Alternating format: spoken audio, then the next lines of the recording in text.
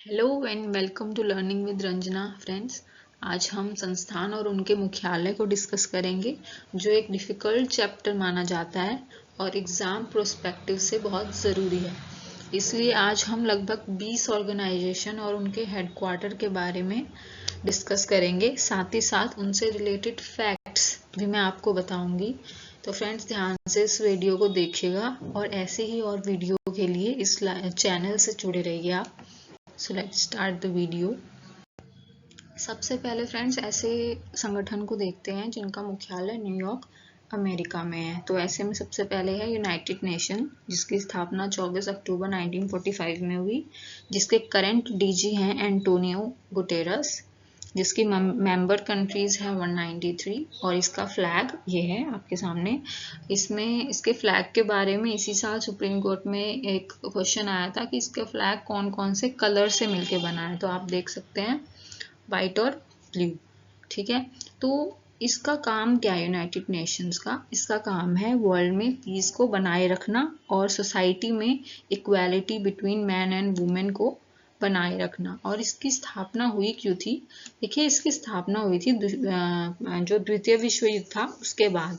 तो शांति और सुरक्षा को बनाए रखने के लिए, अंतर्राष्ट्रीय संघर्ष को रोकने के लिए और भविष्य में ऐसा युद्ध ना हो, तो इससे बचने के लिए इसकी स्थापना हुई थी। इसका गठन देशों के बीच में सहयोग बनाए रहे, शांति बनी रहे, मानव अधिकारों की रक्षा हो। तो ये इसका अल्टीमेटम गोल था। तो आगे इसमें और है, देखिए, और यूनिसेफ भी का हेडक्वार्टर भी न्यूयॉर्क में ही है। इसका फुल फॉर्म है United Nation International Children's Emergency Fund. इसकी स्थापना हुई थी 11 दिसंबर 1946 में। इसका जो लोगो है वो ये है। और इसका फंक्शन क्या है? देखिए, ये बच्चों का ऑर्गेनाइजेशन है। उनका जो हेल्थ है, एजुकेशन है, सेफ्टी है, उसको ये प्रमोट करता है। उनको इमरजेंसी रिलीफ उनको देता है, लाइफ सेविंग सर्विसेज देता है, वैक्सीन उनको प्रोवाइड करता है, क्लीन वाटर, ऐसी पॉलिसीज बनाता है कि जिससे उनके राइट का हनन ना हो, कोई अब्यूज ना हो, वायलेंस ना हो, एक्सप्लॉयटेशन ना हो। तो ये ऐसी चीज का ध्यान रखता है। देखिए, जेनेवा स्विट्जरलैंड में सबसे पहले है WHO, वर्ल्ड हेल्थ ऑर्गेनाइजेशन। इसकी स्थापना हुई थी 7 अप्रैल 1948 में और इसीलिए 7 अप्रैल को हम वर्ल्ड हेल्थ डे भी मनाते हैं, इसी की स्थापना की वजह से।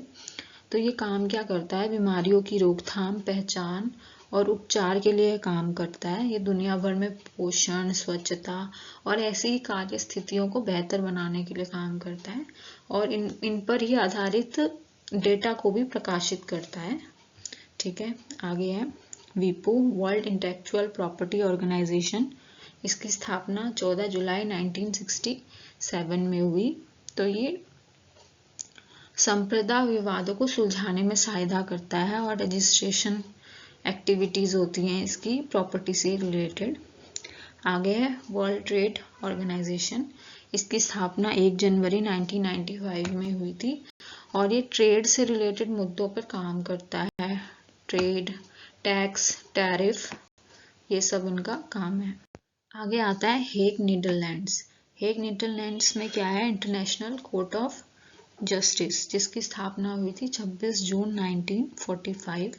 इसके करंट प्रेसिडेंट है यूजी इवाजना, जो कि जापान से हैं और इसमें टोटल 15 जजेस होते हैं और पेरेंट बॉडी इसकी क्या है? United Nations. तो जैसे कि हमारे देश में सुप्रीम कोर्ट है, तो ये दुनिया भर के जितने भी देश हैं, ये मान के चलो, उन सब का एक कोर्ट है। तो जहाँ पे अलग अलग कंट्रीज आती हैं अपने कोई भी डिस्प्यूट को लेकर, लैंड से रिलेटेड हो, कोई भी लॉ से रिलेटेड कोई भी चीज़ हो, तो उसका यहाँ पे मतलब सुनवाई होती है। इसका काम ये है कि दुनिया भर में लॉ मेंटेन रहे, पीस मेंटेन रहे। तो ये यहाँ का काम है। लीगल क्वेश्चंस को ये आंसर करती है बॉडी। ठीक है, आगे चलते हैं। अब आते हैं वॉशिंगटन डीसी अमेरिका में, जहाँ पे है 2 मुख्यालय, IMF और वर्ल्ड बैंक। IMF का मतलब है इंटरनेशनल मॉनेटरी फंड, और इन दोनों का ही स्थापना 1944 में हुई थी। तो इन दोनों का काम लगभग सिमिलर ही है। तो इनका काम है क्या कि ये प्रोवाइड करते हैं शॉर्ट एंड लॉन्ग टर्म। देखिए, शॉर्ट टर्म तो IMF प्रोवाइड करता है और world bank long term loan provide करता है कंट्रीज को, जो मतलब अपनी इकोनॉमी में क्राइसिस फेस कर रही हैं। ये बताते हैं कि कैसे आप फाइनेंशियल ग्रोथ करें, कैसे आगे बढ़े, इकोनॉमी बढ़ाएं। ठीक है, तो ये सब बताता है, डाटा को एनालिसिस करता है, सर्वे करता है इसके रिगार्डिंग। तो ये इसका काम है। आगे है वीना ऑस्ट्रिया। इसमें सबसे पहले है IAEA international atomic energy agency, जिसकी स्थापना हुई थी 1957। देखिए, इसका काम क्या है कि ये प्रमोट करता है safe, secure and peaceful use of nuclear and science technology.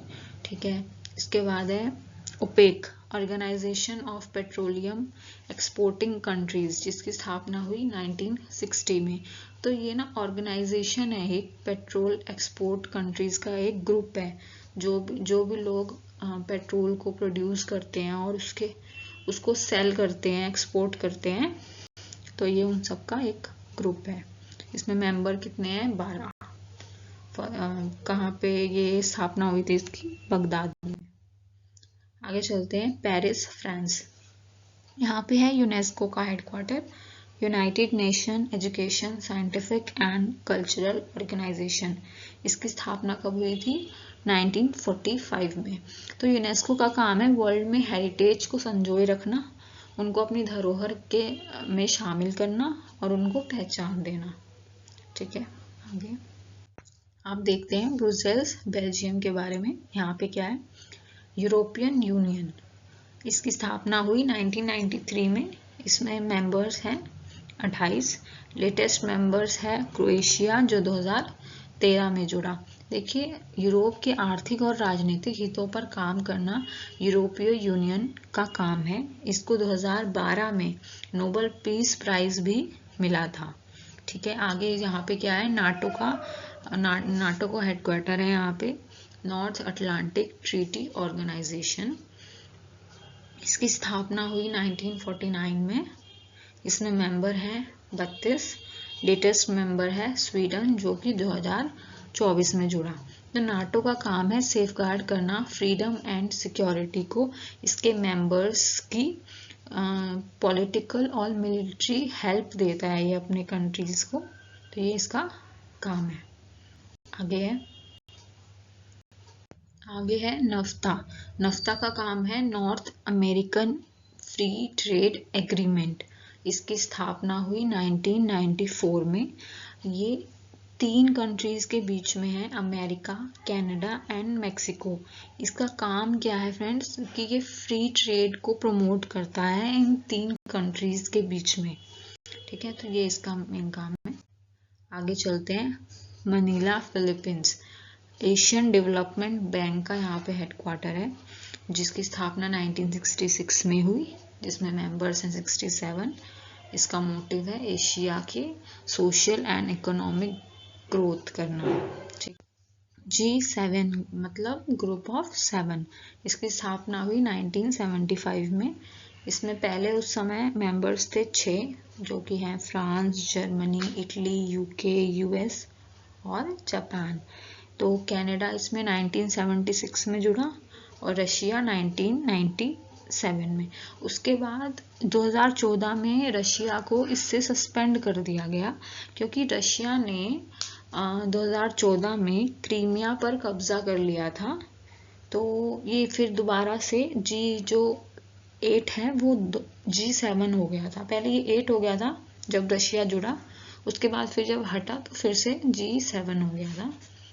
तो ये इसके बीच में ये करता क्या है? G7 एनुअल मीटिंग्स होती हैं इसमें, और ये अपने कंट्रीज के बीच में जो भी अपने बेटरमेंट के लिए डिस्कशन करते हैं, मीटिंग होती है, जैसे कि कोई भी टॉपिक पे, जैसे क्लाइमेट चेंज पे, सस्टेनेबल डेवलपमेंट पे।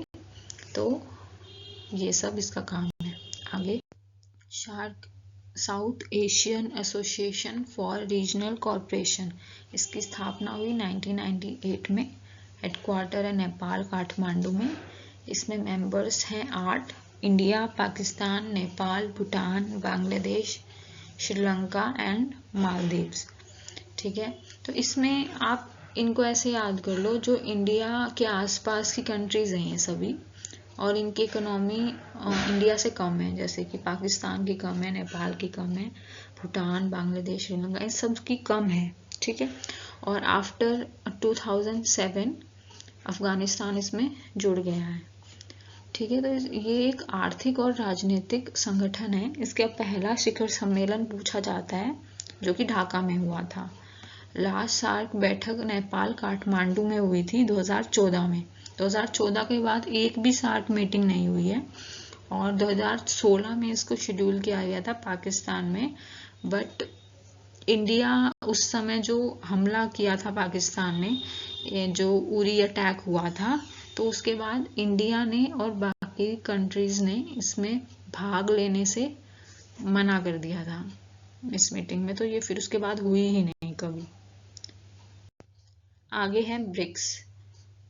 ब्रिक्स मतलब हर वर्ड से मतलब है इसमें Brazil, Russia, India, China, south Africa.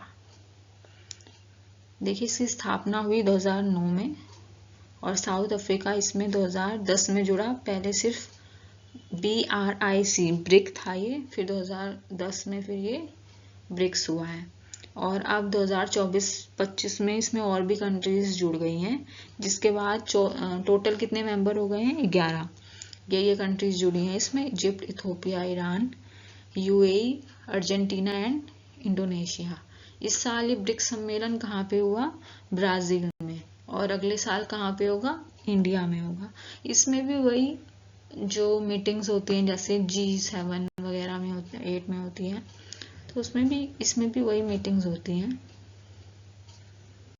आगे है एशियान। तो एशियान का जो फुल फॉर्म है वो association of south east Asian nation, जिसका हेडक्वार्टर है जकार्ता, इंडोनेशिया में। इसकी स्थापना हुई 1967 में। 10 मेंबर हैं। जब ये इसकी स्थापना हुई थी तो इसमें जो रेड में है वो कंट्रीज थी: Indonesia, Malaysia, Philippines, Singapore, Thailand. Total 5 उस समय जब संगठन हुआ शुरू में, तो इसमें 5 कंट्रीज थी। उसके बाद ये सब ऐड हुई हैं: ब्रुनाई, कंबोडिया, लाओस, म्यांमार, ठीक है, वियतनाम, और ये लेटेस्ट ऐड हुई है 2025 में तिमोर लेस्ट, ये इसी साल ऐड हुई है। तो इस साल ये जो समिट हुआ था वो मलेशिया में हुआ था। ठीक है, आगे चलते हैं।